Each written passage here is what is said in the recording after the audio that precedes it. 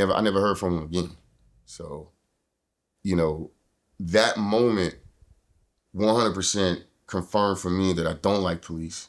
I don't like the judicial structure. I don't like the economic structure. I don't like any of this shit. Because if that man hadn't have been...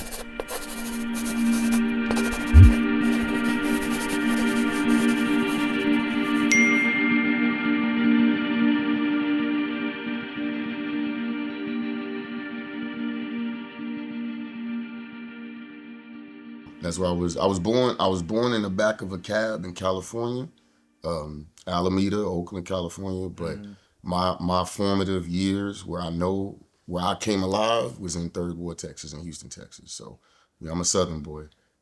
Probably landed there when I was like 4 or 5 years old. I mean, it's no different than any other hood USA, but for me, I learned very early on. One, I was an outsider. And you got to be quiet. You got to pay attention. You got to see what's going on. See how you are recepted and accepted. And just the environment that I was in, I was just around hustlers, like normal hood shit, I guess, urban shit, right? Yeah. And so being stoic was the best way to learn what you needed to learn to get through the day and to get to the next day. If you needed to figure out how somebody's attitude was or how their personality was, it wasn't a smart move to say the wrong thing so you can then figure out how they respond. Nah, man, shut up and watch and see how them other people is responding. Yeah. And don't let them see your reaction, because if I learned very early on that information is key. Information is a currency, and information can be weaponized against you, towards you, for you, whatever. So if I don't give up information, but I'm still accepting information, I'm always winning. I'm always gaining. So that's how I learned that very early. Well, I believe sometimes when you give up enough information to be able to receive information too. Yeah, absolutely. Often we come into these exchanges where we're always taking, but eventually they stop giving when they realize you're always taking. No, absolutely. You know what I'm saying? They stop giving. So in order to get things out of people, sometimes you got to give more of you, because it comes across like, wait, I've been telling you all this and you ain't said nothing. I'm sorry, I'm going to cut you off. No, go ahead, go. I absolutely agree. I absolutely agree that I was just having this conversation with someone the other day, like, well, we were talking about music, right? And that's the problem with where we are right now with music, is that there's so much taking and not enough giving, so that the music has gotten to the point where it's soulless and it's empty, because they're literally just putting it out to take. They're wanting clout. They're wanting achievements. They're wanting whatever, right? Excuse me. They're wanting to sell you a facade without giving you even a bit of the essence or substance, right? And so I think, shameless plug, I think that's what makes myself and you and other podcasters or other whatever media, other people that have conversations, I think that's what makes us shine more. Because whether we like it or not, we're giving up a piece of ourselves anyway. You know what I mean? Like when I ask somebody a question, in reality, I'm asking them a question that I would hope I'd get the chance to answer. Or it's something that I'm curious about. You know what I mean? Something else that I do that no one else knows except my wife. Every time I go to do an interview number one, I don't write the questions to my interview like a week in advance and nothing like that. I usually do it like the day before. You know what I mean? And what I do is I actually sit down and envision myself in that position. And then like, how would I answer these questions? And all of a sudden the questions that I want to be asked start to flow out. And from there, I just like, okay, well, that's what I'm writing down. And sometimes I'll be high. I watched the show or something, and that's the thing that's sticking, right? But it always just flows, because I have to give a little bit of myself of what I want to know or what I would like to hear this person talk about in order to get that conversation going. You know what I mean? So I agree with you wholeheartedly. You got to give to get. And that's why we're here. So we could get to know you more. So the household, and it was, you said Houston, right? Yes, sir. Houston. Your household in Houston, what was the environment of that like? Hustlers and pimps. In your house? In a good no, you know what I'm saying? I'm gonna say in a good way. In a good way. So I kind of had two different households. Okay. When I first landed, I lived with my grandmother. My mom, my dad, and I, we lived with my grandmother. She was kind of going downhill, and my dad decided to relocate us there to take care of her. Okay. And you know, she ended up passing probably by the time I was about 9, 10 years old, and so she was like really the strongest foundation for all of us when it came to the household. And we lived there for a good chunk of time, probably about a year or so, and then we had to leave. And my household really was my mom, my dad, and myself till I was about 9. And then my sister was born. My youngest sister. We're about I was about 8 because we're 8 years apart. What's funny is shortly after my sister was born, I met my older sister. And so I didn't know, and this is also why I've stayed stoic or became stoic in my life, because I realized early on that I was an outsider and that there was a lot of different stories going on that I didn't know about. So if you stay quiet and pay attention, you learn a lot. I spent a lot of time with my mom and my aunties, and my cousins were females. So I also learned from them, from women. You can learn a lot from women. If you just sit and be quiet, they will let you know the whole fucking story of anything that's going on. You know what I mean? You just be quiet. And a lot of times they won't even know you there if you just stay Women chill. talk very freely. You know what I'm saying? Yeah. And it's not just that they talk freely, they talk deeply. If you really let them go, they will tell you a lot about a lot, you know? So that was my household for the longest time, was my mom, my dad, my little sister. I meet my older sister, and eventually she comes to stay with us for a little bit, back and forth, right? She's probably about 16. We're all actually 8 years apart. So after I meet my older sister, she goes back and forth between here and Cali. My middle brother ends up coming to town.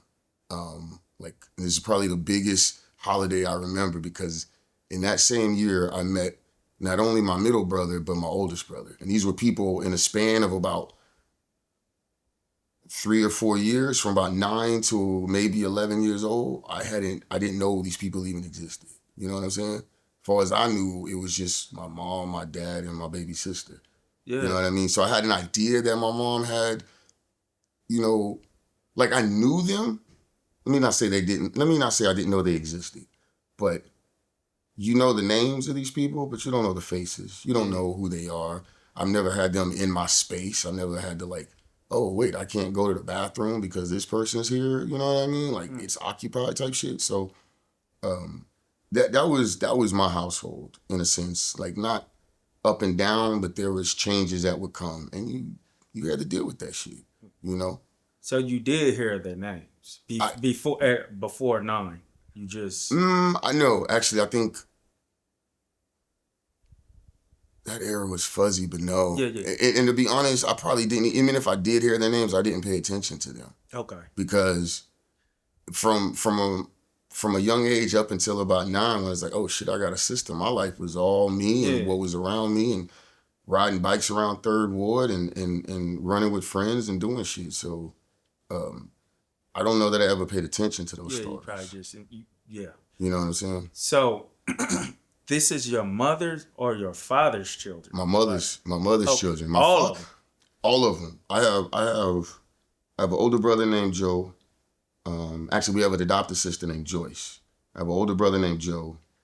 A middle brother named Larry. He passed away when I was about 16.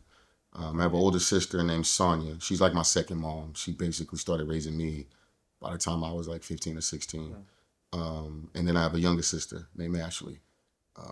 Sonia and Ashley and I are each 8 years apart, and I believe Sonia and Joe are 16 years apart. We're all like this good chunk of time apart. You know what I mean? But we're all my mother's children. My dad, so my 3 older siblings all share the same dad. Okay. I have a completely different dad.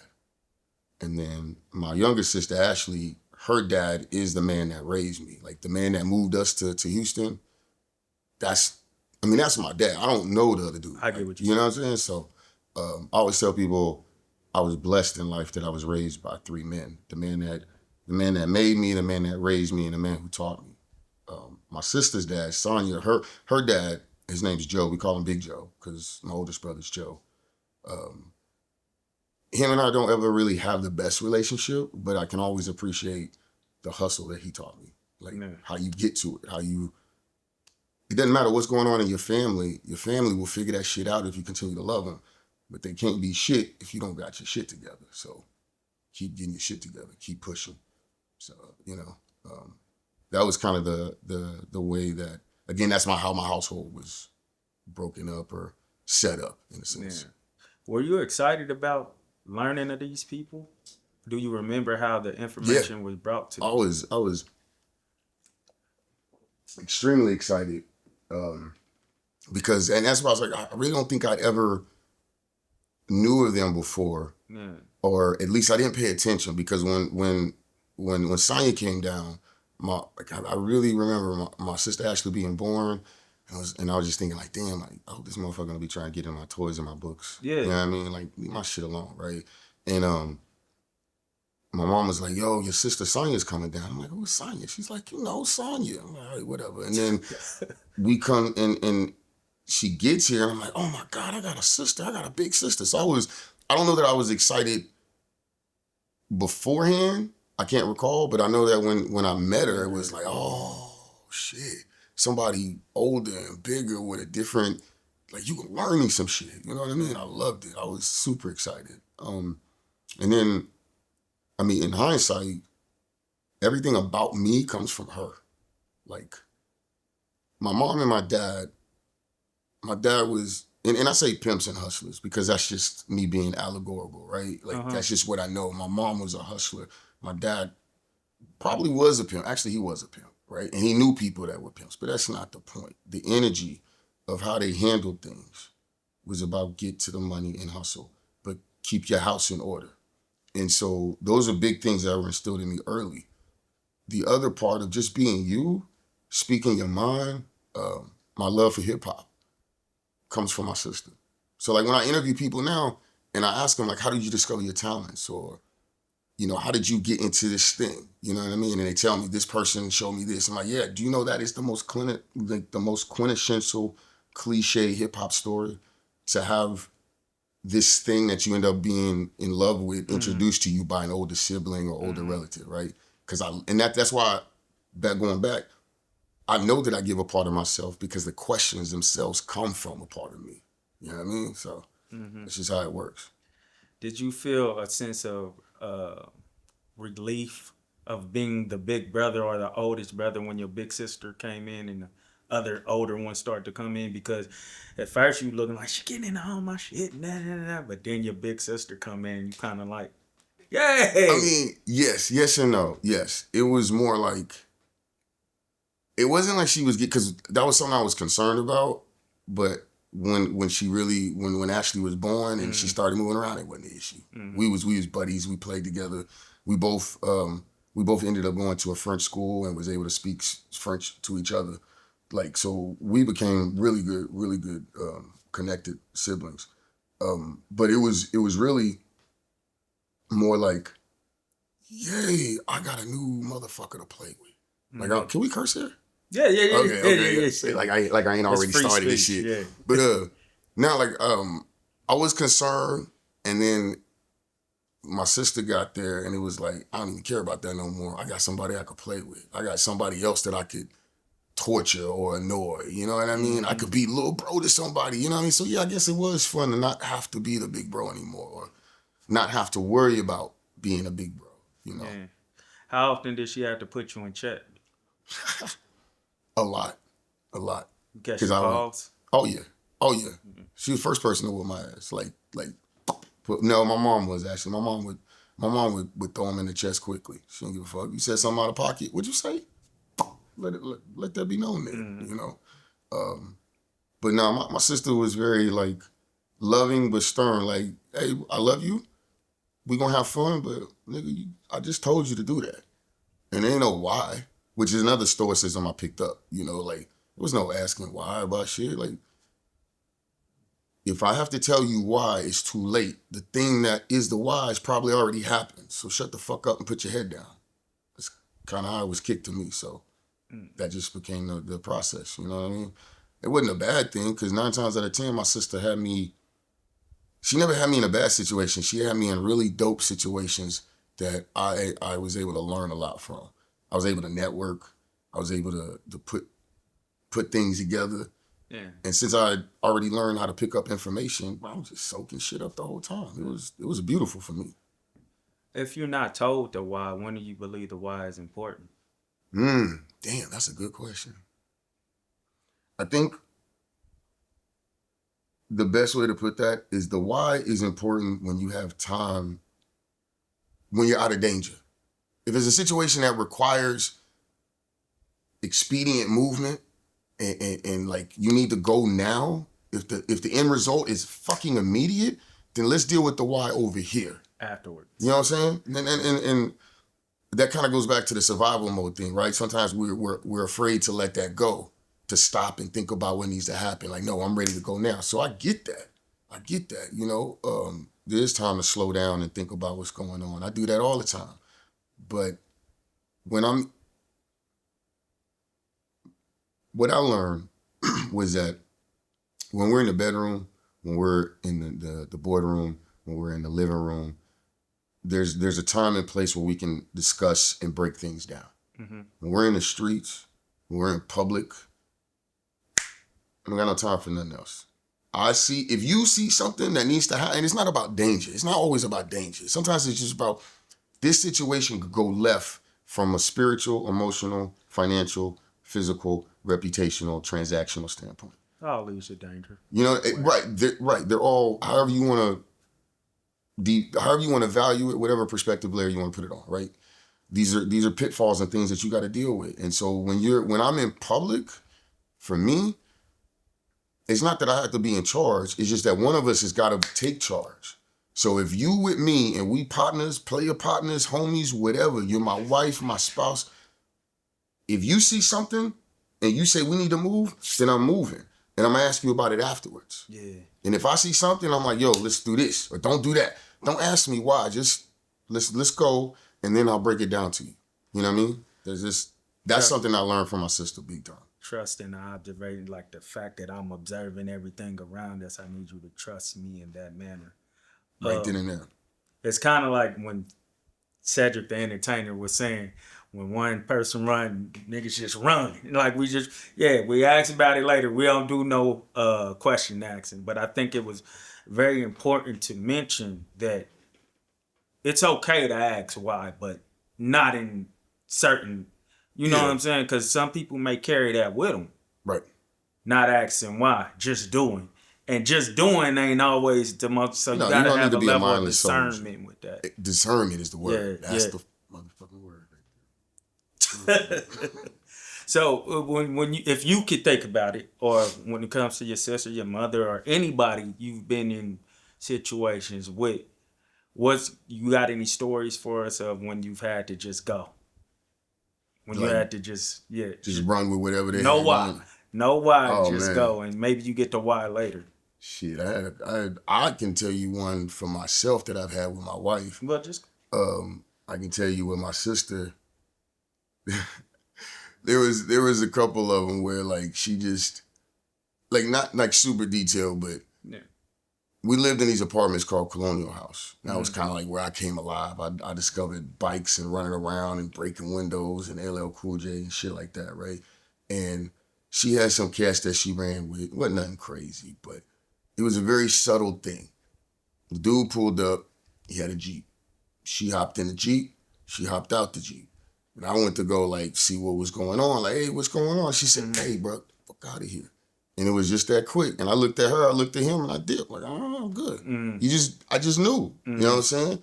And then to your point, it was actually, this was funny. So later on that day, I don't know if it was the Jeep dude or not, it didn't matter. They was in the parking lot, having a little kickback music going, drinks is flowing and stuff. And I walk out there and I'm like, hey, what's up? You know, she slide me a drink and we chilling. I'm like, so what was that shit earlier? She's like, that was some shit that you didn't need to deal with. You didn't need to see what was happening. If you knew what was happening, mom might have been pissed at me and you.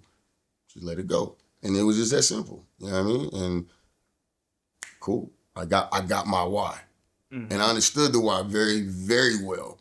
But also I had previous understanding from my time in Third Ward and, you know, just being around, like sometimes you just need to shut up and observe and move, and then you'll get your answer afterwards. Okay.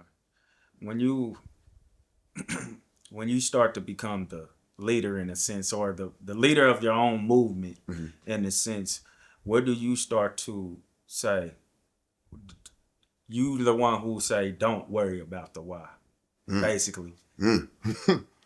How do I say that? Or when do you get to the, I'm talking about you right person in mm-hmm. your life. Mm-hmm. When do you get to, what age do you get to, or at what time do you get to the point where you're having to deliver the don't ask me why? I was about 20. 21. Mm-hmm. I mean, you know what? There was actually, I was probably about 13 or 14. Okay. If I go back to it, I didn't have to do some of the things that I did, but I chose to do the things I did because I was enamored of them from the music, endeared to them from the people that I was around, and envious of it because of the things I didn't have, right? The trifecta of the standard. Everyone knows that, yeah. Right? So when I had the opportunity to jump off the porch and do things that I thought was going to gain me what I wanted, there was a point where my parents knew. You know what I mean? And my mom tried to have a conversation with me about what I was doing. And my pops was like, again, my pops was a hustler and a pimp. So he knew, but his thing was, if you ain't making a wave, then you're okay. If you're not causing me a problem and I don't have to come up here and whoop your ass, then we okay. Mm-hmm. And what my ass would have been, I'm fucking up in school, I'm going to jail, things that were bringing outside foreign influences into the house is grounds for ass whooping, you know what I mean, from my pops. And so I avoided that at all costs. But you weren't going, I was always a headstrong person, always unique in the sense of I wanted to do what I wanted to do. I hate being told what to do. To this day, I will go the opposite direction if you tell me that I should do this. Fuck you. I don't care if you thought of it. I don't care. I want to do it.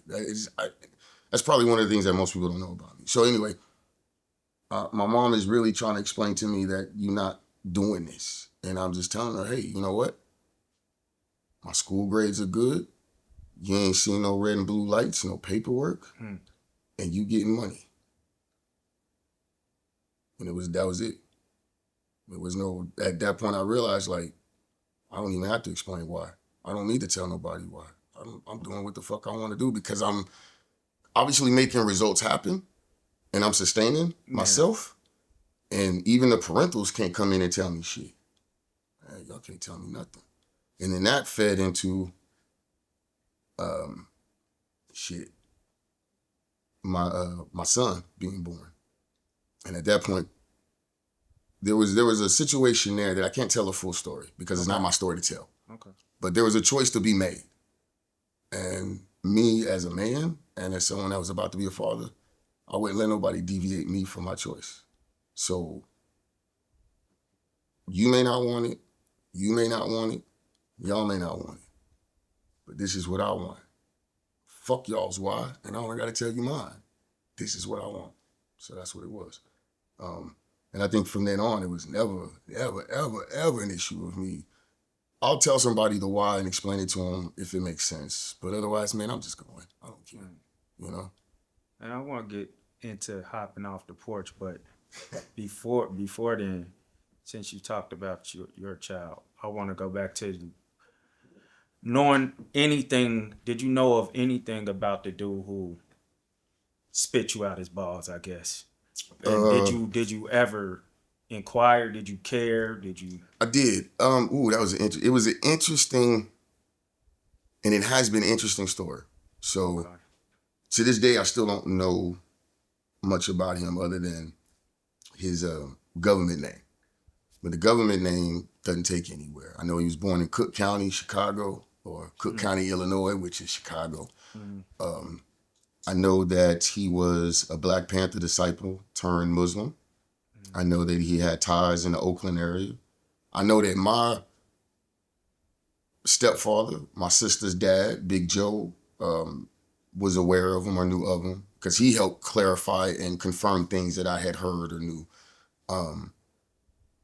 I know that most of my family knew but didn't know and wouldn't confirm to me until I was about 16 years old. That's kind of how I found out, like, for sure, that the man who raised me wasn't my father. And that was kind of a fucked up story, how that happened. But I did, even before that, before I was 8 or 9 years old, before I met my sister, before I met my sister that was born, I always felt like I wasn't a part of the family. You know, I always felt like I was a little different because my grandmother treated me extra special. You know, my cousins would play with me but not play with me. You know what I mean? They would get a little extra attitude, like, man, fuck this little nigga. You know what I mean? And then the grandma would force them to play with me, right? I'm like, wow, you ain't making me play with, you're not forcing me to play with them. You know what I mean? So I always kind of knew there was something different. I didn't look like my dad. You know what I mean?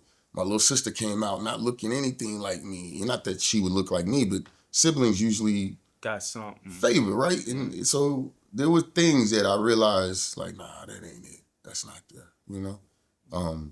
My older sister would mention, you know, at some point, like, damn, you act like Larry sometimes. Or you remind me of so-and-so. And it's like, all right, well, how can I remind you of this person if this person is my dad? You know what I mean? Like, how does that personality trait pass through DNA if this is my DNA, right?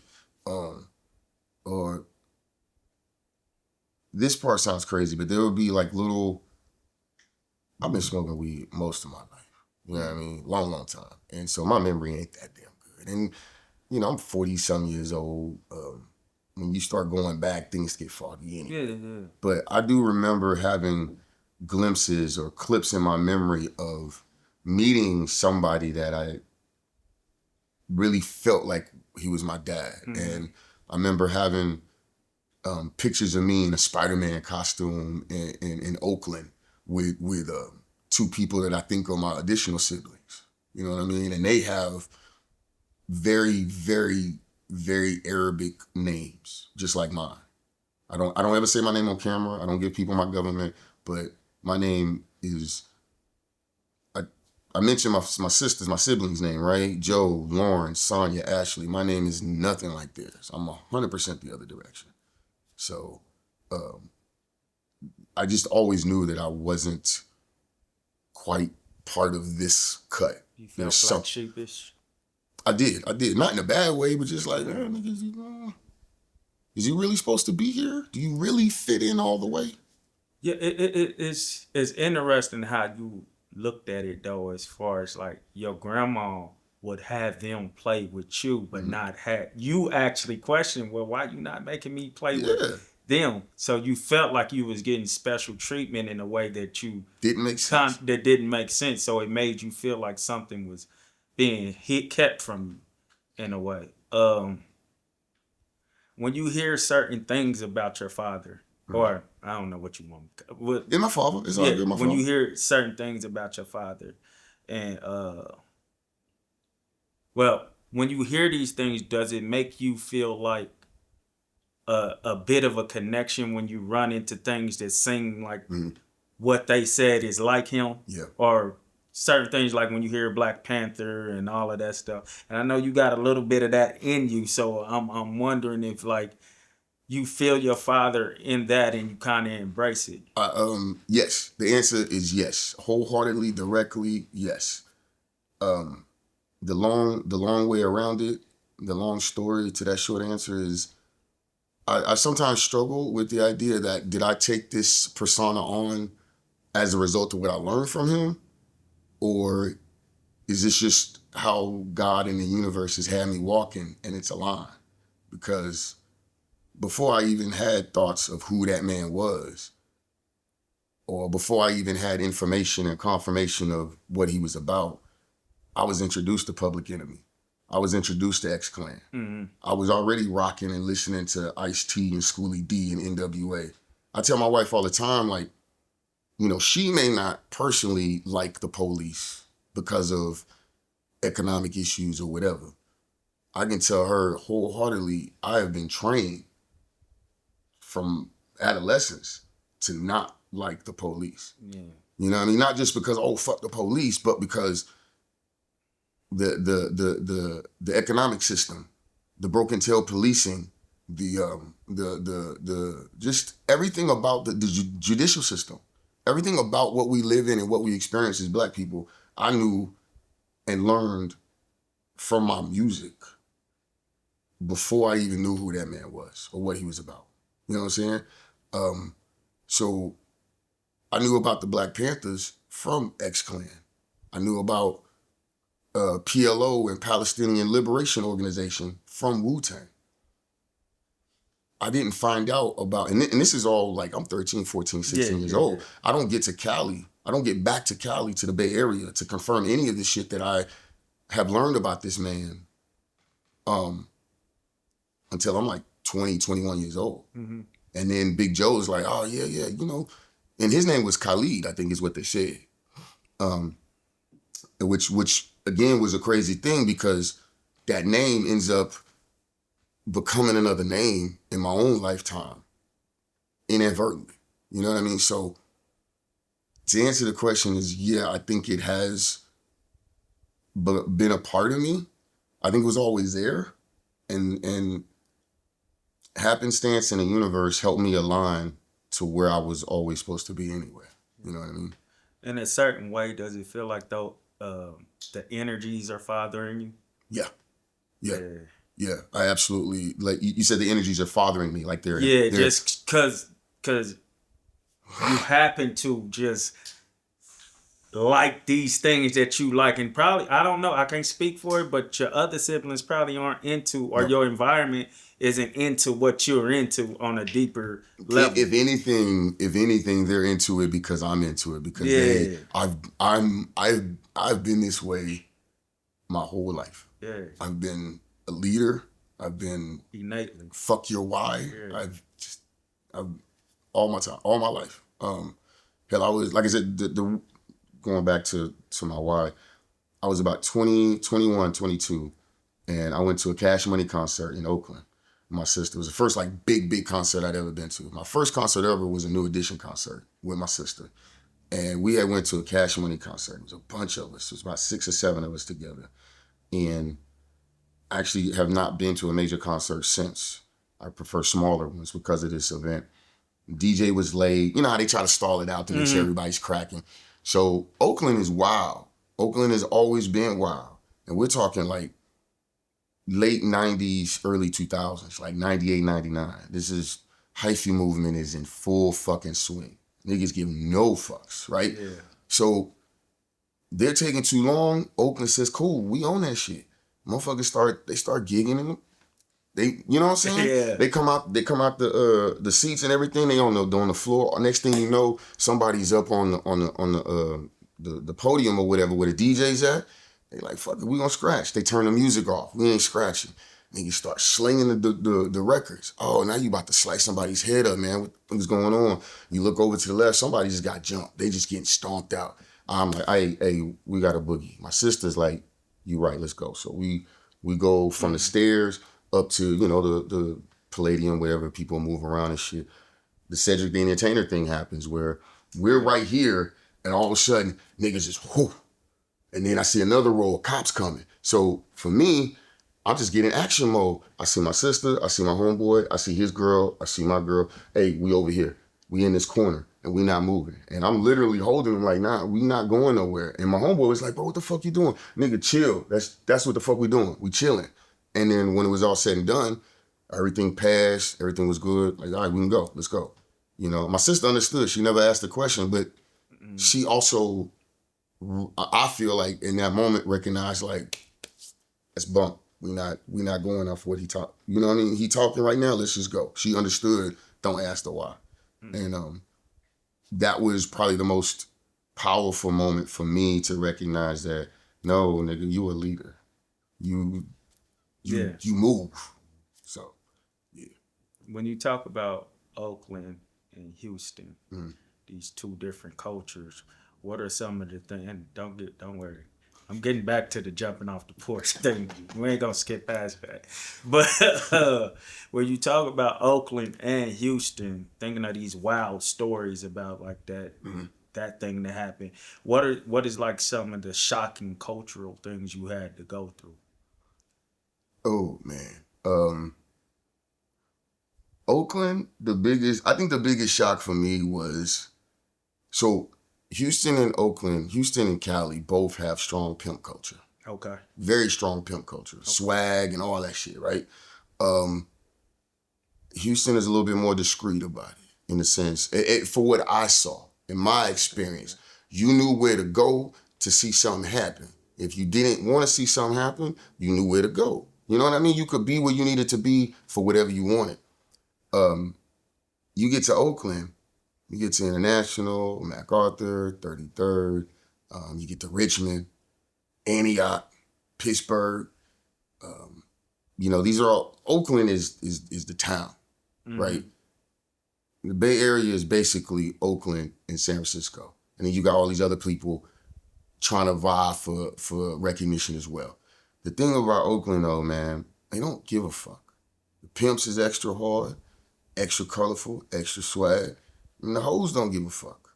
And that was something that really threw me, was how out there they would be about their hustle. You know what I mean? And it don't gotta be just about that part. I'm using that as an example because that's my reference. But you can move that to anything, right? They don't give a fuck. They're gonna be out there with the trunk open, selling you ice cream, selling you a tape, selling you 3-day-old fucking donuts. They don't give a shit. And at the end of the day, if you don't like them, yee, whatever. I get with you. Ain't nothing. You ain't gotta like me. I love me.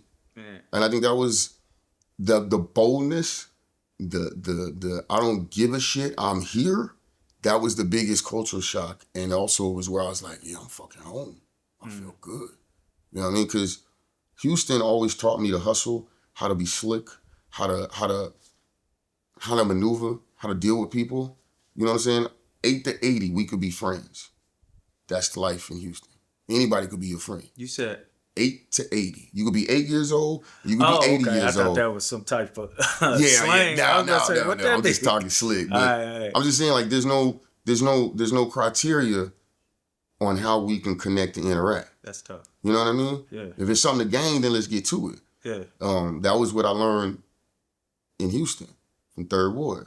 In Oakland, all of my eccentricities, all of my uniqueness reignited or came alive. Cause it was like, you wanna listen to Wu-Tang with a backpack on, with a fucking hoodie in 80-degree weather, riding a skateboard? Go right ahead, my nigga. It's easy. Ain't nobody gonna pay attention. If you getting money while you doing it, you a pimp then. Get the fuck on. You got to really be bump out there. Yeah. Yeah. Crazy, I've been bump my whole life. Bump is not a made up name for social medias. That was coming, but since you're there, gone. Yeah, open us up about where that name comes from, the origin story of Bump. So Bump started off as Bumpy. And before Bumpy, it was Clumsy. My dad, so I said I got 3 men that raised me, right? So the man who made me, I call my father. The man that raised me, I call him daddy or dad. You know what I mean? So my dad used to call me Clumsy because I would just be running around. First of all, I ran around in boots. I'd have on shorts and boots. That's just, I didn't give a fuck. I wanted boots on all the time. And I'd fall down and run around and fall down and run around. And so I was big on the Smurfs. I loved watching the Smurfs. Mm-hmm. And so there was Clumsy Smurf. And so that was where it came from, was Clumsy, right? And for whatever reason, my dad he didn't like the way Clumsy went. So he was just like, man, you always bumping into shit, Bumpy. And It was. Tough. So I was Bumpy for all my life. My sister calls me Bumpy. Everyone calls me Bumpy, right? I get to probably about 15, 16. A lot happens in my life between 9 to 16. You know what I mean? Which is probably standard for everybody. But just like a lot of peak shit fucking happens right there. And so I'm like 15 to 16. I'm working at Bennigan's. You know what I mean? Shout out to Bennigan's, man. Right there, right there across from the Astrodome. A long time. Yeah. Oh yeah, go ahead. Yeah, fuck all them Applebee motherfuckers. Fuck all them chain stores. Bennigan's is where crap. But crazy story about that place too I had one time. But anyway, I'm working there. It's like a family camaraderie. My sister got me the job there, and she had some people that she worked with, other waiters, right? And I'm young, I'm talking my shit, hanging out with the older folks, and they kept saying Bumpy, and I'm like, man, I don't like this shit. But I was like, at one point I was like, man, I don't want you niggas that ain't in my family calling me this because it's weird, right? But then this one chick was a waitress. She was like, you know what? You too grown to be called Bumpy. We're gonna call you Bump. I'm like, you know what? You sure right. I fuck with that. And it stuck. So for years, I'm probably 23, 24, it's always Bump. But it was always a family thing, right? Even when I started rapping, and I've been rapping since I jumped off the porch. Rapping and dumb shit was my off the porch. And I didn't use that name for rapping. It wasn't my rap name. My homeboy gave me a whole other name, Dirt, D-U-R-T, Dirt Van Dutch. That was my rap name. Mm-hmm. And so Bump was family only.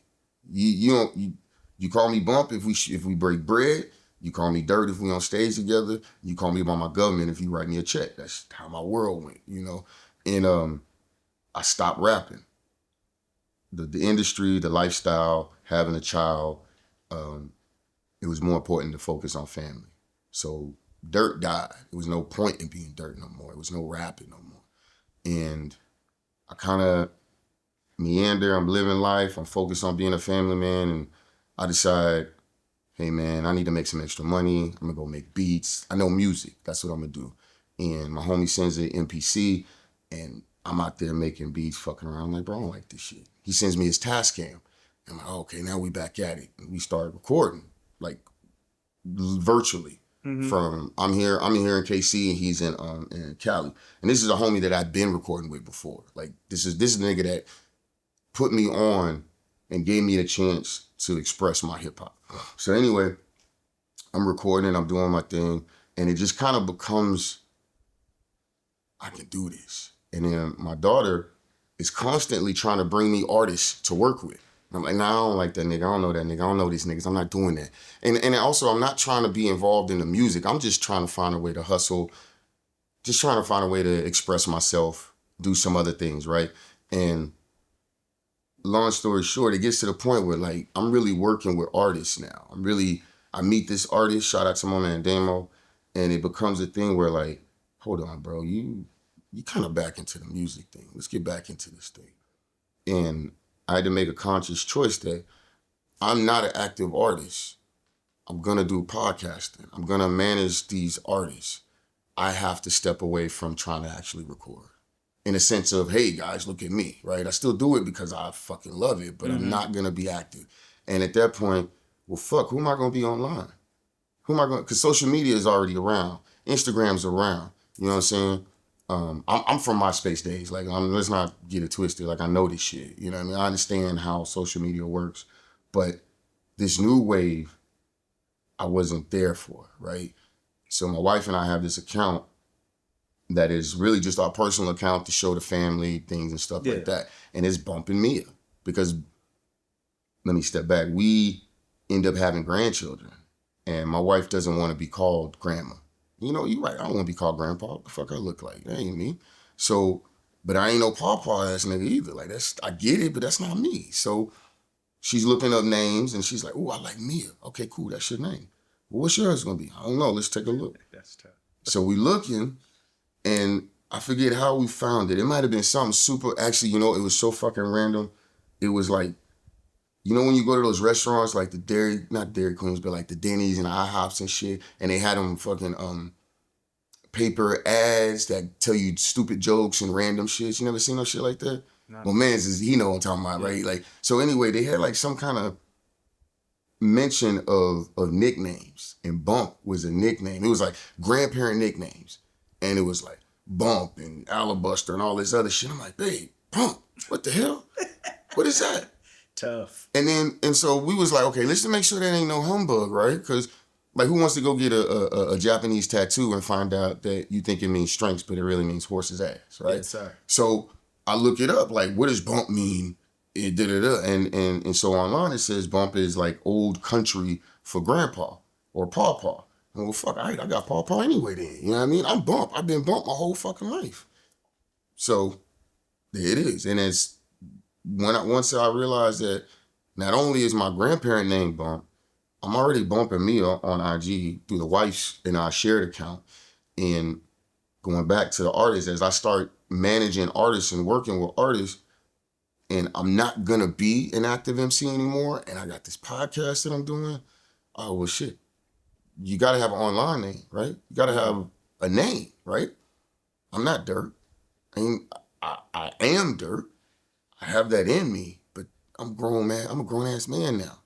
I'm a Bump. So there it is. Bump Jonas. Yeah, Bump has that. It didn't even leave your life with when you became Dirt, because it still connects to music, bumping music, Bump. You know, the baby Bump brought you right back around to being Bump. Never left me. Brought you back. So in the sense of Bump, when did you start bumping into things after you hopped off the porch? Oof, right away. I mean, I hopped off the porch to bump into things. I wanted the money. I wanted the connections. I wanted to get into the streets. I wanted the network. Man, I wanted to ride in the slab parade. You know what I'm saying? Like, I know it's cliche as fuck, but the first person to put my big wheel together when I'm 4 or 5 years old was the neighborhood dope man. You know what I'm saying? Mm-hmm. So the dude that lived across the street that kept all the whole shit in check was a wheelchair dude that was the neighborhood dope man. So I'm not saying I had to. I'm just saying, like, I didn't know no other. No, that's not even true, because I knew other ways. Because my mom was a salesperson for MCI. She was a pimp. She could run her mouth. That's where I get it from. My dad was a hustler. He had friends. My dad's best friend in life, his name was Richard. And he was so pimpish about his shit. That's all we ever called him, was Rich or Richard. And we would go to dinner parties at his house. This was a nigga having dinner parties. And in Third Ward, there's certain areas. I lived off Dennis and Scott Street, which is in the hood. Mm-hmm. Couple miles back, you got U of H now. But back then, that was hood. You go a couple miles, let's say east, like let's say 5 city blocks east, you get into TSU. That's a nice neighborhood. That's the college, right? In between, you can see the shift. Kind of like if you drive down Prospect, right, or Truce, you can start to see the shift of where it gets nice to bad or bad to nice. My man Rich, my dad's man Rich, lived right there in that little cusp of where it starts to get nice, but 2 more blocks you get hood. Yeah. This nigga had dinner parties. And he would have one chick that was always his chick, but he'd have multiple chicks that would change and transition. So I knew what the fuck was going on. If I'm being real, I jumped off the porch when I was about 8 or 9, maybe 10, because I was in parking lots with my dad and his homie Oscar and Rich. Whatever they doing didn't matter to me, because they gave me candy and money and a bunch of flyers that said, hand this shit out. So I was bumped before I even knew it. I was trained to do this shit. You know what I mean? The shit that I be talking to these cats about, the shit that I be like bumping heads with niggas about, like, bro, don't do that, bro, do this. The shit that I be mad about is because I was trained from a very early age around the very things that these niggas is trying to do. I already know this shit. You know what I mean? There's nothing you could tell me that Third Ward or my dad or my mom didn't already gain me on. For real. And so it was really about being in the mix, because my people, my mom had her people, my dad had his people. I wanted my people. I wanted to have my crew of sense, I guess. You know what I mean? Yeah. And I found niggas that wanted to run with me, and we did our thing. And I hung out playing Madden and playing 2K, and went to the block and came back inside, and went back to the block and came inside. You know, we was tough. We was thick, you know. I was such a fucking dumbass. I repeated the 11th grade twice because I wanted to be on the block and doing shit. Mm-hmm. And that's just where I wanted to be. But that's also where I came alive because it made me understand the effects of the hustle. You put in the time and the effort, you put in the strategy and the plotting, you can get from off of that block, you can get from off of that corner spot, and you can get you a fucking real situation. You know what I mean? Because South Park, Third Ward, Cuny Homes, these are places where the struggle happens, but if you do your shit right, you can end up in McGregor Estates. That's where everybody's at on Sunday night with the slab parade. You know what I'm saying? Everybody's on Main Street showing off what they got from the hustle. And for me, it was about how can I get the things that I want that I know they can't provide? And they did, but I wanted more. But I also wanted to feel a connection to something.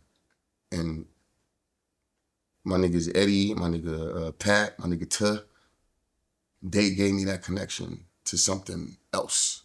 It made me feel validated. So, you know, that's what my jumping off the porch was, from either moving something to socking a nigga for no reason, which was probably when I realized that this is not for me. You know, I had a situation where like we did our time, the block shift was over. You know, niggas worked in shift. It was like a job, right? So your shift was over. All right, how do we go get some more money? We was waiting for, back then DJ Screw would sell tapes right out of his house, right? And when you got the text or the alert that it was a screw tape available, nigga, you had to get over there, and you would wait and learn. And one of these nights we was off shift and had nothing to do, and we was waiting to get the text because we knew it was gonna be a tape out soon. And my homie was like, "Yo, let's go over here and get some money." And we went over there, wasn't no money to make. It was some dude doing something, and he was like, I just sock that nigga, steal something, right? And in the process, it was like, man, this is crazy. This is crazy. Like, I get the idea of you gotta hustle and you gotta get money and fuck yours, I'm gonna get mine, but it was no reason for any of that. You know what I mean? This is one of the moments where like, this person is asking why. Like, why'd you hit me? Why are you doing this? And you can't really, because my other niggas is trying to get money. Like, it just, you know what I mean? Like, when it was all said and done and we driving back, which, by the way, we get the text for the screw.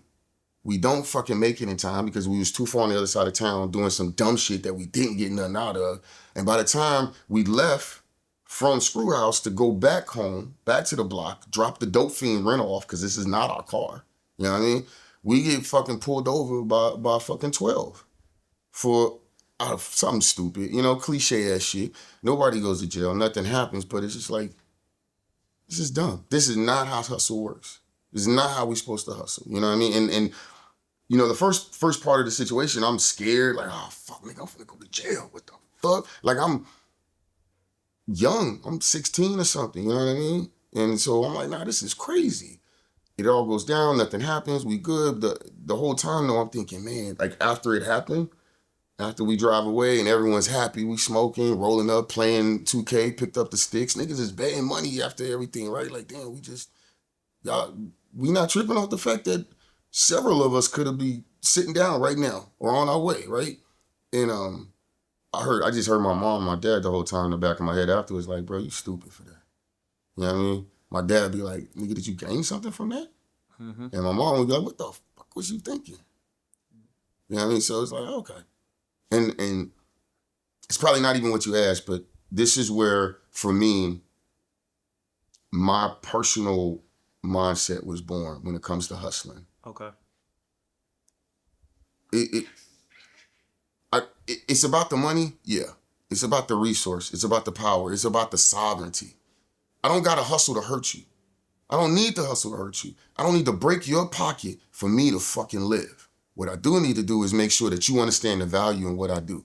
And that comes from my hustle. That comes from me showing you that I have the energy, the ingenuity, and the integrity to make shit shake. Yeah. And so I also took from that if I'm always moving forward, if I'm always showing effort and energy, but I'm also keeping myself on the good side of the karmic equation, meaning I move with good intention, I don't have to gain, but damn it, I'm gonna gain anyway. You know what I'm saying? The other side of that is you can pimp or be pimped. If you're gonna pimp, and we all end up trying to, because of how, and I keep using that reference, not because of music, not because of hip hop, not because of black culture, but because of American culture. Mm-hmm. America is about pimps and hoes. America is about extortion. The greatest success story in America is, if it ain't the mafia, if it ain't John Dillinger and the gangsters from Prohibition, then it's all these fucking seedy, dirty ass politicians that have made their way from wherever to wherever, right? So what I learned was that I don't got to take advantage of you for me to succeed. In actuality, and shout out to Cat Williams, I learned this. He was able to actually put it into a fucking like real actionable scope. It was something I understood. It's something that I moved on and did, but I didn't know how to put it into like real words. A real pimp finds and enables and uplifts the MVP. You know what I'm saying? Mm-hmm. A real pimp is a manager. I find, like, shout out to Sucker Free, man. I love you and I love what you do and how you say. You say some slick ass shit. For real, and it's game in that. But at the end of the day, I win if you win. And if I find your talent, if I find, not only your talent, because sometimes niggas have a talent and shit that they don't give a fuck about. Mm-hmm. But if I find your passion, and then I can help you make a profit off that passion, I don't need a cut. I don't need nothing. But just knowing that now you are able to progress and move forward off of something that you fucking love, you're going to come back to me and see me in a different light. You're going to give me opportunities and benefit of the doubt that you may not have gave the next motherfucker. Mm-hmm. So I'm not pimping you. I'm just enabling you. I'm promoting you. I'm pushing you up. I'm a forge. I'm a manifester. I empower people. But I know that it's the ability to recognize people's innate talents and specialness that makes me a pimp. You know what I mean? And I know that sounds bad, and I'm sorry, baby, when you see this, but it's not a negative thing. In the way you put it, it couldn't have made it sound bad anyway. But when we, going back to your mom and your dad's voice playing in your head when you sitting in, you know what I'm saying? Also, was old dude's voice playing in your head? Why? Yeah. Why? It was. Why? Over and over why again. Keeps coming back. I still see it today. I do. I still see it today. It's probably one of my most, like, cringy moments in my life. Like, damn, but why the fuck was you doing that? You know what I mean? The why? Oh my! Then that was the look on dude's face. Like, why? I'm like, damn, you sure right. Why? You think you never thought about that before that moment, though? Like you, because you've done things from 9 to 16. Right. 9 to 16, right? And nobody's probably asked you why, why it's happening to them. Mm-mm. And then it happens to be this man or boy, I don't know what it was considered at this time, and you like felt him crying and acting like, why would you do this? Yeah. You have no reason to do this. I never thought about it before because it never mattered in the sense of this was the first time that type of physical interaction happened like that, where it wasn't warranted, where it hadn't been, you know what I mean? Like in Texas, there's a saying, like Jay Prince has a saying in Houston, you know, campaign long enough, you get elected. You know what I mean? So second in a row that came up. So Big Court just said that too. I also said that on 4 a.m. in Clubhouse on the record. Big Court is connected to the South. Yeah. So I could see him hearing that. You're saying that, you know what I mean? So it you know, I up until that point, I hadn't been in a situation where that reaction wasn't warranted. In this case, it was just like, why the fuck are we here? For a watch? For a wallet? For something that may or may not have value? You know what I mean? It didn't make sense to me. It made more sense. Instead of dealing with that, it made more sense to go and find a discrete location, take what was fucking needed, and go and do a money exchange somewhere else. You know what I mean? That made more sense than trying to bust somebody up to do something that you don't even know what the fuck you're going to get. Why do that? And so, again, to answer your question, no, I hadn't thought about that before then. Before that moment, it was like, bro, the why had never hit. But then also, because of that moment, because of the aftermath and the close call, right? Like that was one of them after school special ass shits, for real, right? Like you go and do some dumb shit and then you damn near get caught for it and you have like this epiphany. Like you couldn't write a script better for some shit like that, you know? But it put me on the other side of things of like, I'm gonna hustle regardless. Why do I have to hustle in a dangerous way? Transferred. Yeah. To something more positive. Have you ever had a bad since hip hop raised you? Basically. It did. Hip hop raised you. And a lot of the shit, before I ask you that, was a lot of the stuff that you doing, you felt like it was a rite of passage in hip hop too? No. Okay. I didn't equate that to hip hop till I was like damn near 20 something. You know, these were just I equated it as a rite of passage as being a nigga from Third Ward. Yeah. Like this is what you like. It's not like, yo, you supposed to do dumb shit. It's just like you can't be on the porch with your grandma. You need to be off the porch figuring something the fuck out. You got to get out there and get to it. So that's what it was for me. That's I am supposed to ask you that because you brought it up again. Third Ward. So I hear Ward all the time when it comes to Houston. So what is the separation in the Ward? What does Ward mean when it comes? I guess for us outsiders. If I put it in the KC sense, it's blocks, right? 50s, 40s, 30s, 20s, right? The technical definition of it is like precincts or districts, right? So Houston is mapped out and they start to figure out where all the political regions are gonna be. All right, so there's 1 through 5. The only wards that really count are 5th Ward and 3rd Ward. 5th Ward is one of the oldest districts ever. It's probably the blackest district and one of the more powerful ones in terms of like political sway, right? 3rd Ward is probably one of the more poorer districts. Has this is 30, 40 years ago, right? But probably has the greatest mix of different ethnicities and demographics. Yeah. So that and at the end of the day, it's not necessarily like conflicts. It's just different ways of looking at life.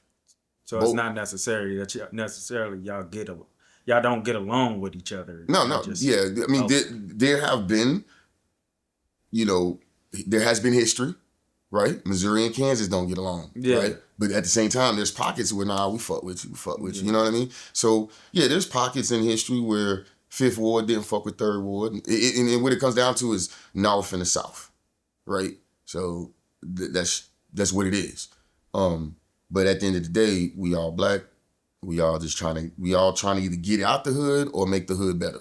Yeah. So that's really what it is. And the difference would be, back in the day for us, the difference would have been braids versus highball fades. Mm-hmm. You know what I'm saying? We had the South Side dance. They did the North Side dance. That's all the difference was. But okay. But y'all can be at a party and all get along. Now, back in the day, nah, not fully. But it wouldn't have happened anyway because of how big the expanse of Houston is. Got it. A Northside nigga got, when you 16 or younger or whatever, you right there in your pocket. Not making it over to that other side for real. You know what I'm saying? Because the 610 and I-45, them loops are so long, you know what I'm saying? It's 45 minutes or more from one side to the other. I'm over here, man. I'm good. So I probably went most of my life without really running into a Northside nigga. Mm. And thinking about Ice-T, Ice Cube, NWA, and your talks with your wife, the fuck the police whole thing. Have you ever had any bad interactions with the police that stain your mind? Or Absolutely. Absolutely. What does that look like?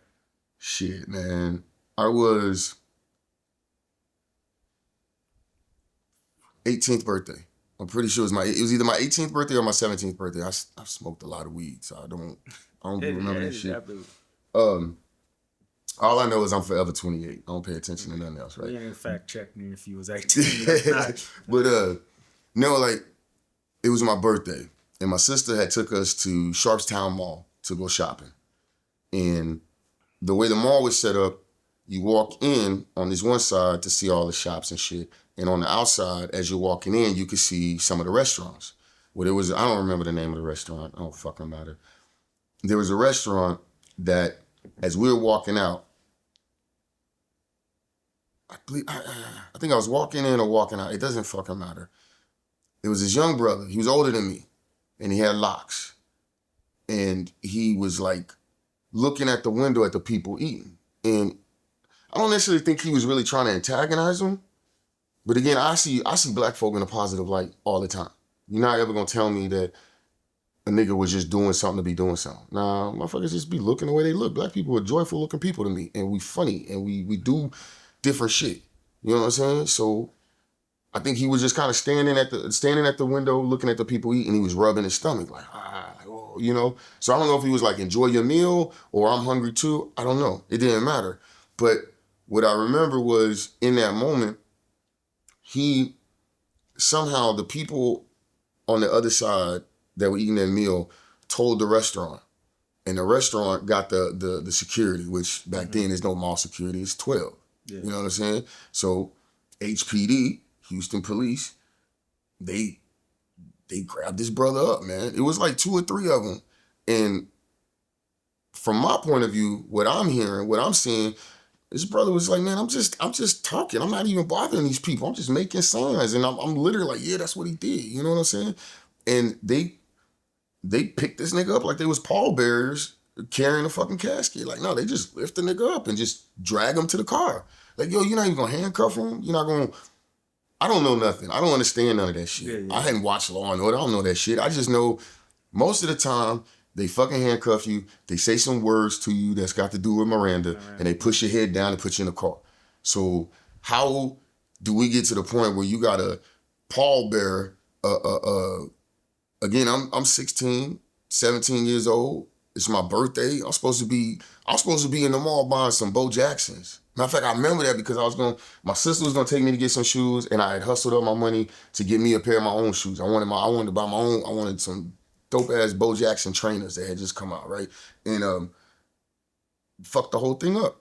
Fucked the whole. I didn't feel right no more going to get something for myself after seeing that brother get like. I mean, that nigga got slammed into the car.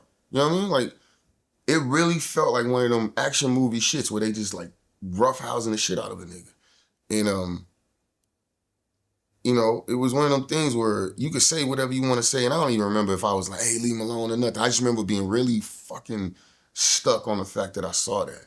And again, I've been raised to not like police, but that was like, man, fuck you niggas. Fuck you niggas forever. Fuck you niggas. You don't even need to be in existence. You know what I'm saying? And then I learned later on about slave patrols and how the police are a direct extension, not a descendant. Like, a descendant means that this is something that has been passed on and is a derivative and kind of different from. No, nigga, the police are the slave patrols. There's no fuck, and the militias are just overseers. So nothing, in that moment, all of the Public Enemies, all of the ex-clans, all of the shit that I heard, boom, I got it. This is why I like rap music. This is why I started writing rhymes at 8 or 9 years old to sound like Chuck D. You know what I'm saying? Damn, now you got me. I was trying not to do that, but you got me. But, if you need. Nah, I'll be all right. But, you know, I didn't like cops. Like, that was the moment that, like, coalesced the whole fucking thing. And then what's crazy about that story, I'm 17, 18, again, it's my birthday. My son wasn't born yet. We fast forward, my son is born. I moved to Cali. I'm at Big Joe's house getting ready to go back to school because I had basically dropped out of school by the time my son's born. Like, nigga, we going to the loading docks. We gonna hustle extra harder. We grinding now. And my sister, I don't even live with my sister no more. She had moved to Cali. So I was in full fucking hustle mode. And I realized I got to get up out of here. My son, this is I got to do more. So I moved to Cali with my sister. We staying with Big Joe. I'm doing my thing. Whole new life. Whole new mindset and situation, right? I get a call from the people, from dude's people that got fucked up. He's got a lawsuit for the police, and he wants me to come to court and be a witness. Yeah. And it's like, yeah, I got you, bro. Fuck yeah, this is an opportunity for me to, you know what I'm saying? Yeah. And then, all right, we need you to fly down. Shit, I can't fly, bro. Fuck you talking about? You gonna send me a ticket? Yeah. I got a son. I'm supposed to start high school. I'm supposed to finish high school, like start to finish in a couple of days. So I want to help you. I'm down to help you. I'm gonna help you. You gonna send a ticket though? I ain't got no money.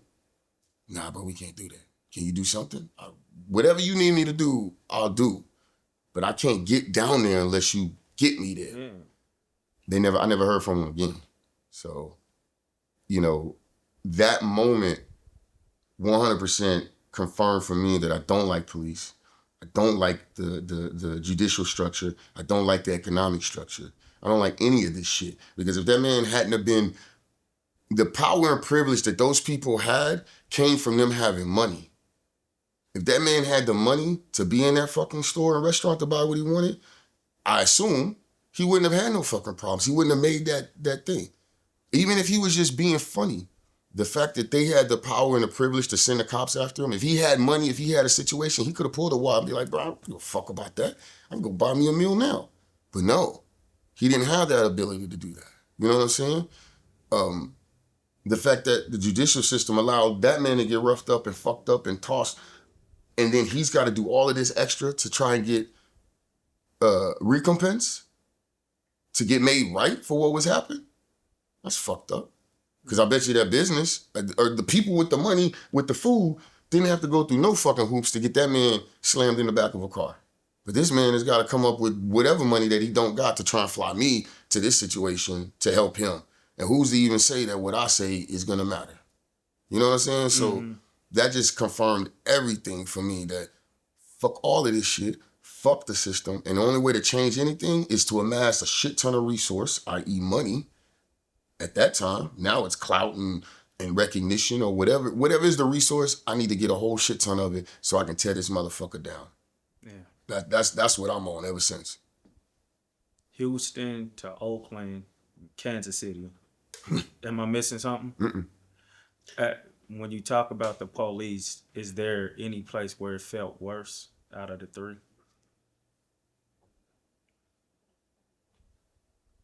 Houston or Kansas City are where they feel the worst. And not in Kansas City, outside of Kansas City.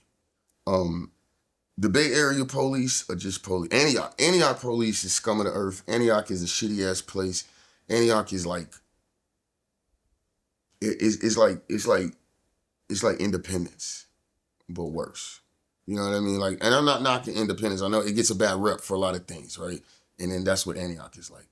The police there are fucking scoundrels. I can't think of a more insipid word to be like, y'all are shitbirds. You know what I mean? Because they have entire fucking cases on them about discrimination, about obstruction, about hurting people. Like, Antioch is a shit ass place. Anywhere else though, I ain't never had no problem.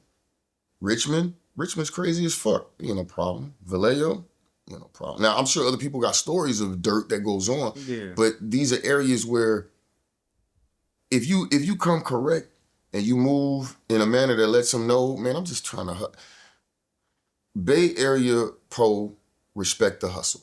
Okay. As long as your hustle ain't bringing no heat to the block to where they got to get involved, then you good. You know what I'm saying?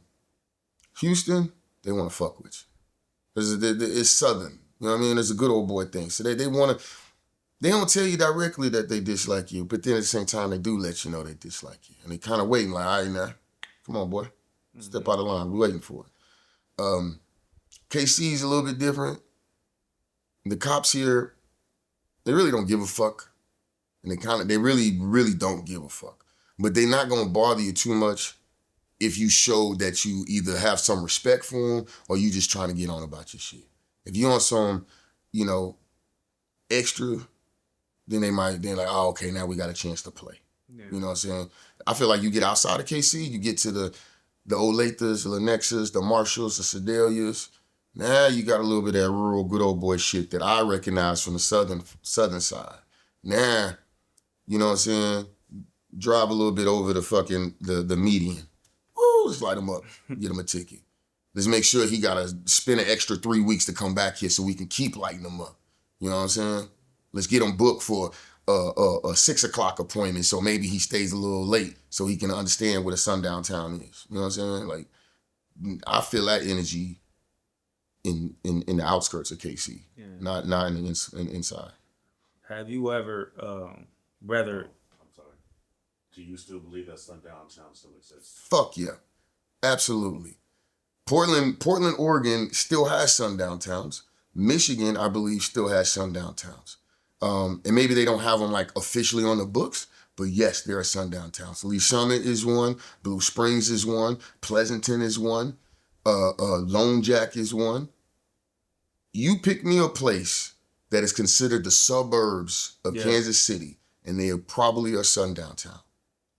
You know what I'm saying? I believe Raytown probably was or is at some point. Probably was. I don't know if it is no more. But. Right, you know what I mean? It's getting a little color to that motherfucker. Yeah, at right? one point it probably was. We're like, it's sundown all the time around this motherfucker. Then for people who might not know, can you explain your definition of sundown? Okay. My definition of a sundown town is a place, a literal town or city where you know or you know indirectly that if you are still there after a certain time, literally sundown. So if it starts to get dark, nigga, you need to go. That's plain and simple. That's what it is. The variance of danger depends on how further out of the town you are. The more rural it is, the darker that sundown gets for you. You know what I mean? There's just places where you gonna die if you there after dark, and that is to this day. It's Vidal, Texas. I've known that all my life. I've never been there, but I've known all my life. You don't go there. You don't go to Vidal. Pearland. There's a couple other places, and Pearland's a black ass city too, right? But the distance between them to where you're supposed to be is too fucking long. Leave earlier. Yeah. Don't let your ass get caught dark. Don't be dark in the dark. You know what I mean? Word. Have you ever found yourself in a place where you know you should have been gone? All the fucking as far time. as sundown and tried to scurry on out of there? Ooh, okay, yeah, I was jumping ahead. Yes, but I had escorts with me, so I was okay. Okay. You know what I mean? Like, I'm at a family reunion situation in Iowa, and I'm looking at my wife because my wife is white and my family is interracial. I'm looking at her like, you know what the fuck is up, right? Yeah. No, we should have been left, right? Yeah. She's like, yeah, we'll be okay. But I said, I know we're gonna be okay because you with me. Mm-hmm. You know, like that's kind of a tough conversation. But her and I have had that conversation where, you know, there was a point where she thought that her being with me made me more susceptible to police activity. And I had to explain, yes, you're right. But most of the time, you being there kind of levels things out. Mm-hmm. As long as you shut your mouth. You start talking and they hear that you really on some shit, then it's like, fuck you and her. Now we're going to do extra. But if you stay cool, then we cool. You know what I mean? It's like in a Pulp Fiction with Samuel Jackson. It's like, baby, be cool. Mm-hmm. I know he ain't say baby, but we talking about my wife. I can't say that. But you know what I'm talking about. Do y'all have children? Not together, no. Okay. But I don't believe in blended families in that sense. I can't believe in them because I come from a blended family. You know what I'm saying? My dad, the man who raised me, was literally my stepdad, but he's my dad. The woman that instilled love and life in me was my step-grandmother, but they never treated me as anything different, so I would never do anything different. And I think that's something that is key to Black culture, that we don't put step on shit. We just say, hey, you family. Yeah. Like, I may not call you my brother, but I'm going to call you my cousin. Yeah, you know what I'm saying? Yeah. So yeah, we have kids together. Biologically, no, but we have 2 sons, we have 3 daughters, and we have 6 grandchildren. And I may not have made them, but I sure as fuck raised them. So I asked that but I can still ask that. just how hard is it to get her to understand certain things about the what is the most difficult thing you had to get her to understand Ooh, about the culture?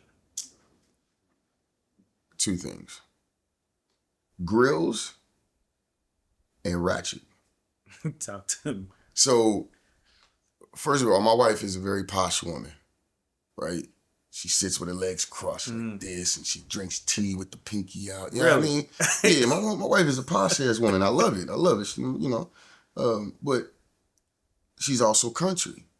She's got a country element to her. So she wants things a certain way, and she needs to understand. She needs the why. You know what I'm saying? And so when it comes to grills, that is so far out of her element. Nothing in her life experience explains grills to her, right? Also, because she's a posh woman and she likes, let me put it like this. Some people like Pioneer Woman. Some people like Ina Garten. My wife likes Ina Garten. Mm-hmm. She'll watch Pioneer, but she's impressed by Ina Garten. You know what I'm saying? She's a Hamptons lady. So, we're grills in the Hamptons. You know what I'm talking about? Mm-hmm. But I'm from Third Ward.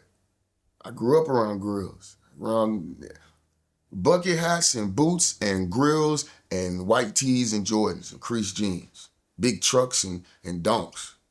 That's what the fuck I know. That's what I like. So, yeah, there was a lot of conversations around that. Like, no, that's crazy. You look wild. It's okay though. It's okay though, because I look good. You look good with me. Don't you look good with me? Don't I look good? Yeah, you look good. Okay then, you look good with me. You know what I mean? So it was a little bit of that of like, we're gonna be all right. Yeah. The other thing was the ratchetness. Because there is a strong, and this is a hip hop, but it's also a black and white culture thing too, right? There's a strong celebratory element to blackness. We party, right? I'm gonna say what it is. White folks shoot guns and pop firecrackers and right? Mm. We turn the music up. You know what I'm saying? Mm. And I'm very Southern, but I got Oakland in me all day, right? Yeah. So this is normal. This is what I do. I like fucking parties on the porch in the front yard. You know what I'm saying?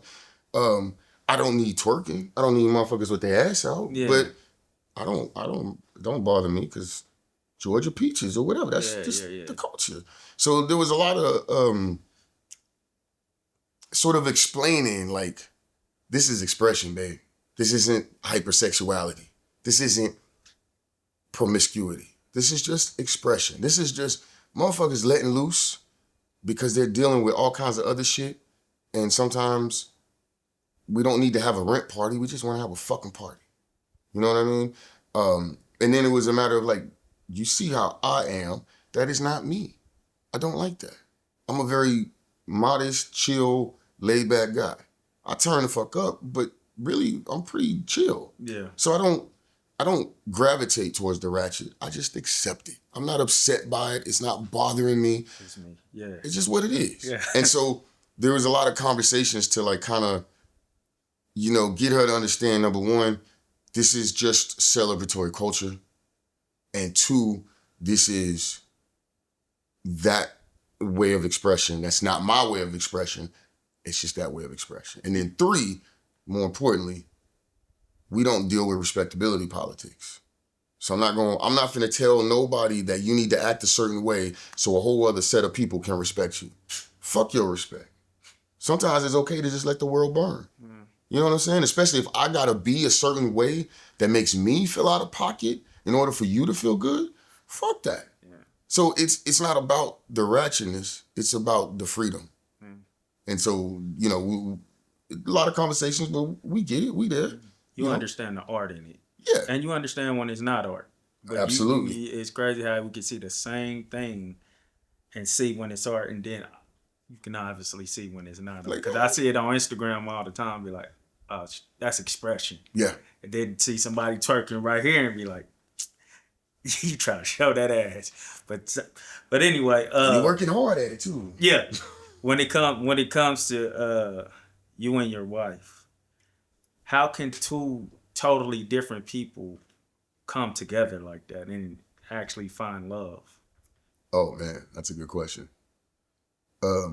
Work and effort and intentional interest.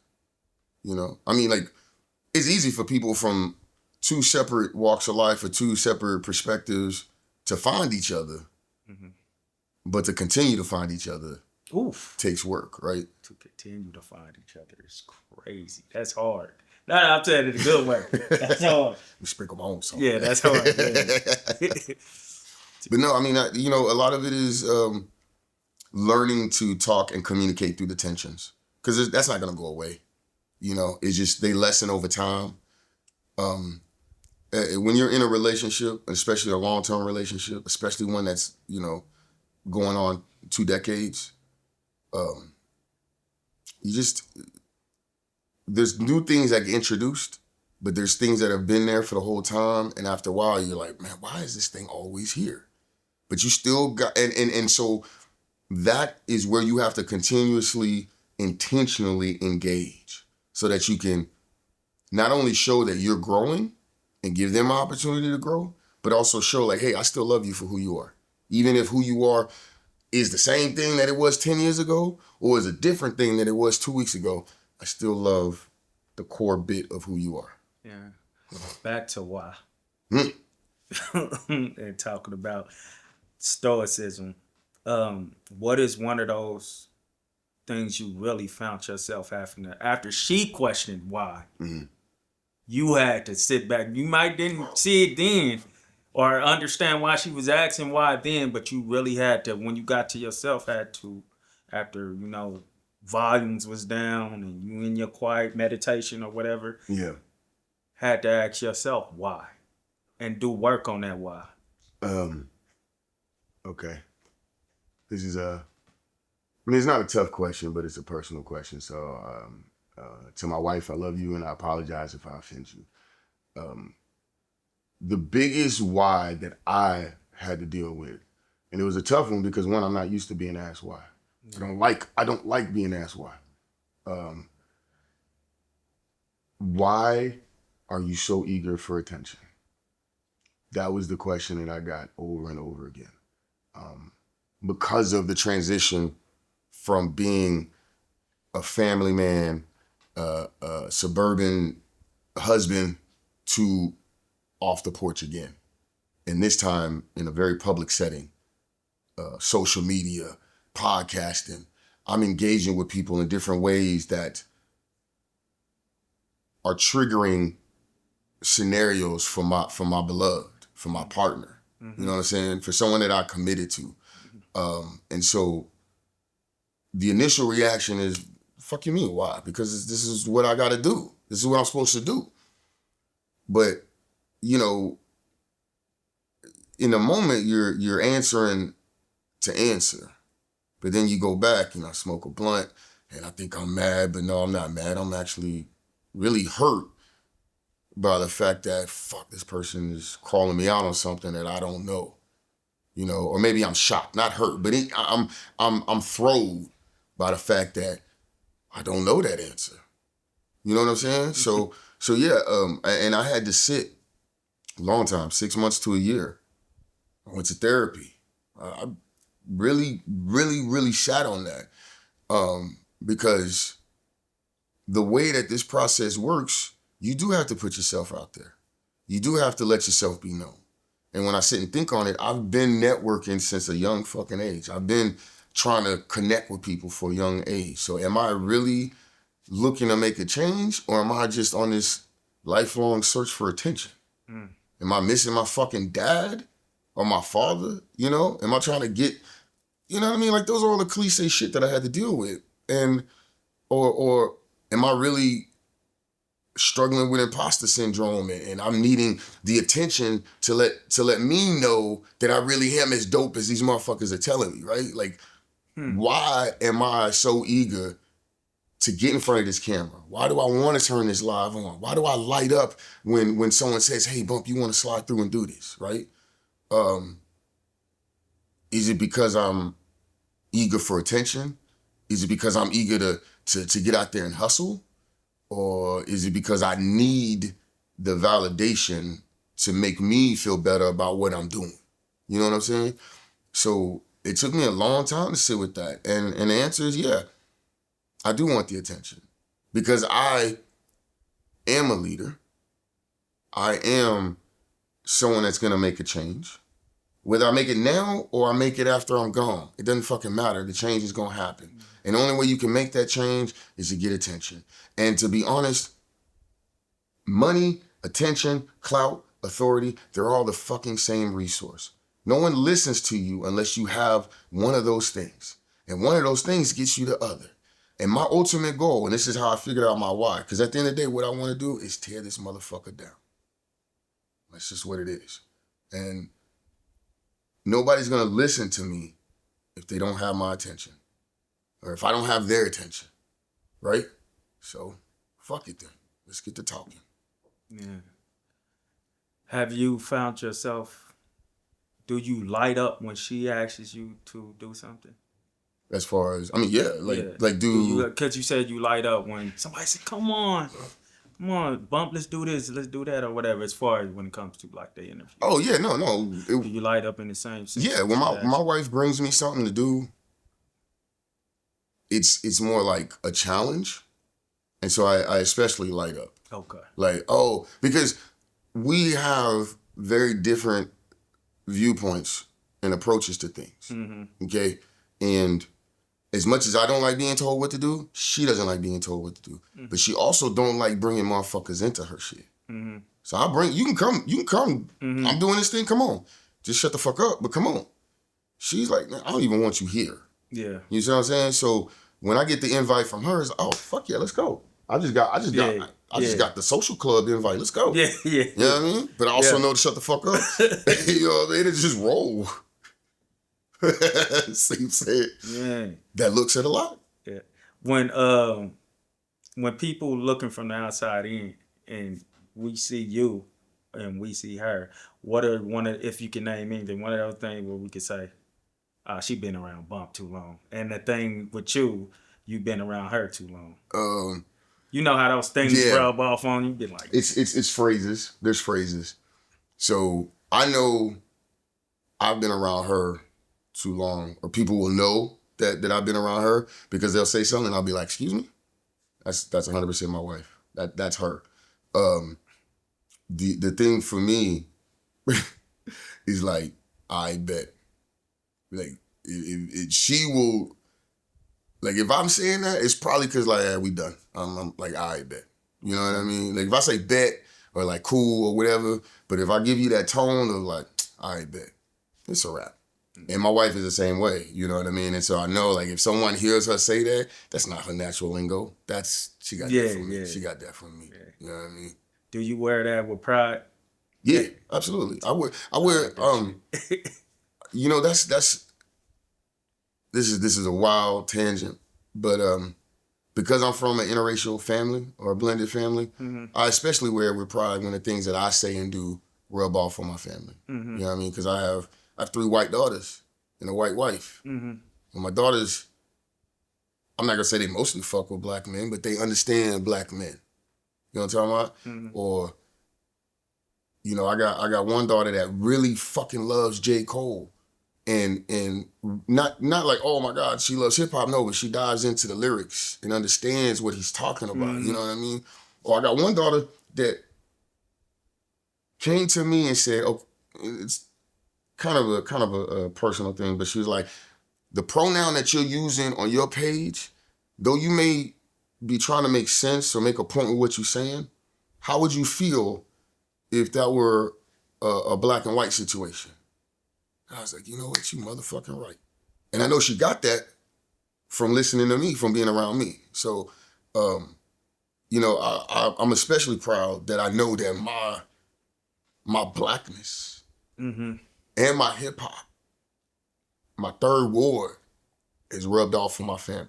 You know what I mean? Like, I can't make them niggas black, but they understand that. I can't make them niggas black. Yeah. And they not niggas though. No. Because we do that. We do it. But here, since we hear, we always, I've never heard this asked, and it's probably been asked. So we always get the ask like about the white parent raising the black kid or mm-hmm. whatever, or trying to figure out things about the black kid.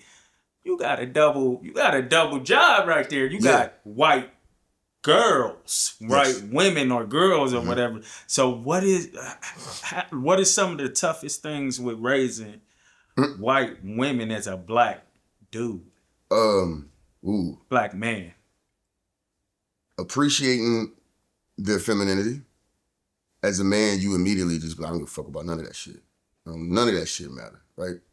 But also, like appreciating the influence that masculinity has on women.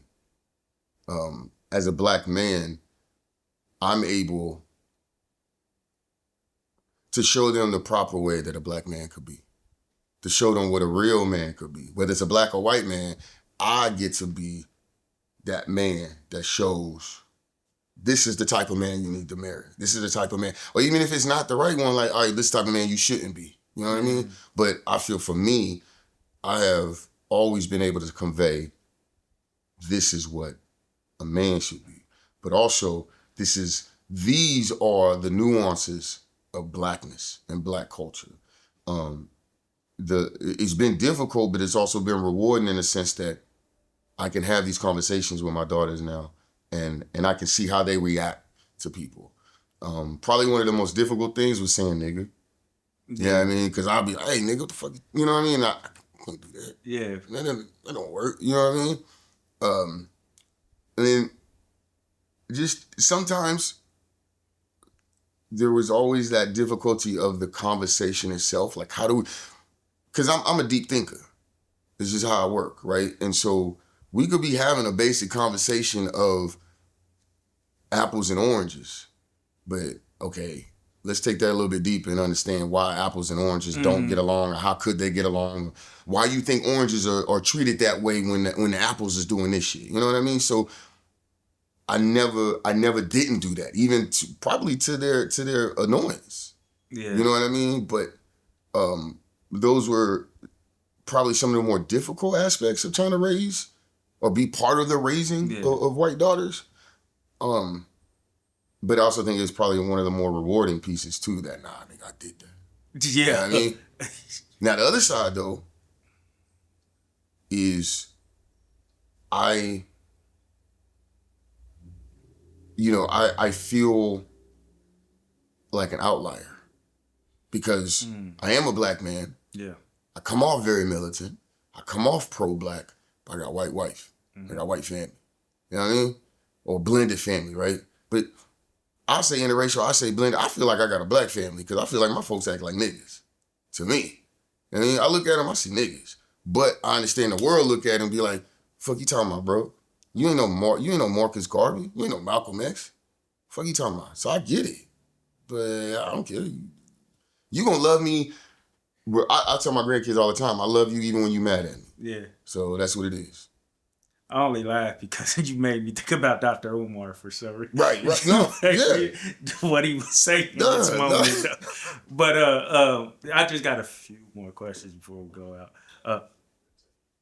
Okay, real quick. The police, again. Have you ever had any good interaction with the police, or do you believe there is such thing as good cops? No. No, and no. I didn't mean to cut you off. I'm sorry. No. There's no such thing as a good interaction with the police. Okay. I can have a good interaction with a human. I can have a good interaction with a person. I can have a good conversation. But there's no such thing as a good interaction with the police. Because the police job is to jail you. Their job is to find an infraction. They are not here to protect and serve us. They're here to protect and serve business interests, corporate interests, government interests, state policy interests. They don't give a fuck about Jamal, Jerome, Jackie, or Jackson. They don't give no damns of what you went through to how you got here. They just care that you represent a problem, and that problem represent another fucking bed in the prison, which equals my paycheck. So there is no such thing as a good police. There just can't be. Okay. And you also said something about Bennigan's crazy story earlier, so I didn't want to let you go without giving us that crazy story. Man, okay, so this is for me one of my dopest personal stories. I was working at Bennigan's. It was a late night. It was a Sunday night, actually. Sunday night at Bennigan's is craziest night because that's when McGregor Estates, everyone goes to McGregor Park, they get they slab parade on, and then they kind of let out around 9 o'clock or so, and they go to Bennigan's, and then they go back out, right? So the shop is supposed to close up by 10 o'clock on a Sunday. Everybody's getting their drink on, they chilling, they getting ready to wrap it up. So I had this tape of AZ, Sugar Hill. I wanna chill on Sugar Hill, right? My terrible voice, but I was like, yo, we jamming in this motherfucker. It was cracking. So I'm low-key lit, you know, smoked a little before I went to work. Me and my boy, Pat was there. Pat was there. My boy Pat was like, he was lit. I said, hey, bro, I got this tape. I'm gonna throw it in the fucking tape deck, see what happened. He's like, yeah, go ahead, bro. So I put the AZ in that motherfucker, and I thought it was just gonna play like a tape. Nah, man. I learned that you put a regular tape in a commercial tape deck, it slows it down.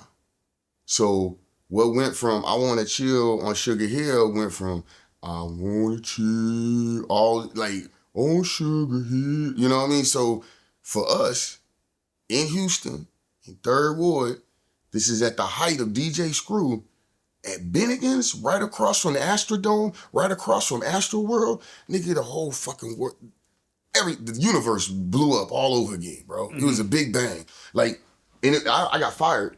2 weeks later, I got fired because of this incident. Like, it wasn't that specific incident, but because I did that, he was like, yeah, this nigga out of here. Because we were supposed to shut down at 10 o'clock. I put the tape on. All the players was kind of wrapping up. They hear that shit, I wanna chill. And they hear and they like, oh, hell nah. Oh, hell nah. Everybody's ordering another round of drinks. Chicks is running to the, you know what I mean? Like, there's not even a dance floor, but the opening area where the host is at, motherfuckers turn that into a dance floor because now we got a screw jam going on. My sister came to me like, Bump, I'm gonna kick your ass. I'm gonna kick your ass. But we jamming right now. You know what I mean? So that for me was like, that's my greatest hip hop story, party story. No place on earth is better than Bennigan's because of that moment for me. Yeah. I'm gonna try to make this make sense. If you think about people who say I am hip hop, which you seem to be, Brown Sugar, when did you fall in love with hip hop? Is that what they said on the movie? When you fall in love with hip hop? If you can join, you know, I said I will ask you to leave what's marked out at the end of this. If you can join your marked out with hip hop, what would you say? Leaving us marked out with hip hop, life and hip hop. What would I say? What would my phrase, or how would I leave us marked out? How would you leave us marked out when you join in life with hip hop and giving us something for our minds and our hearts? Honestly, I would say my catchphrase that I say at the end of all my segments.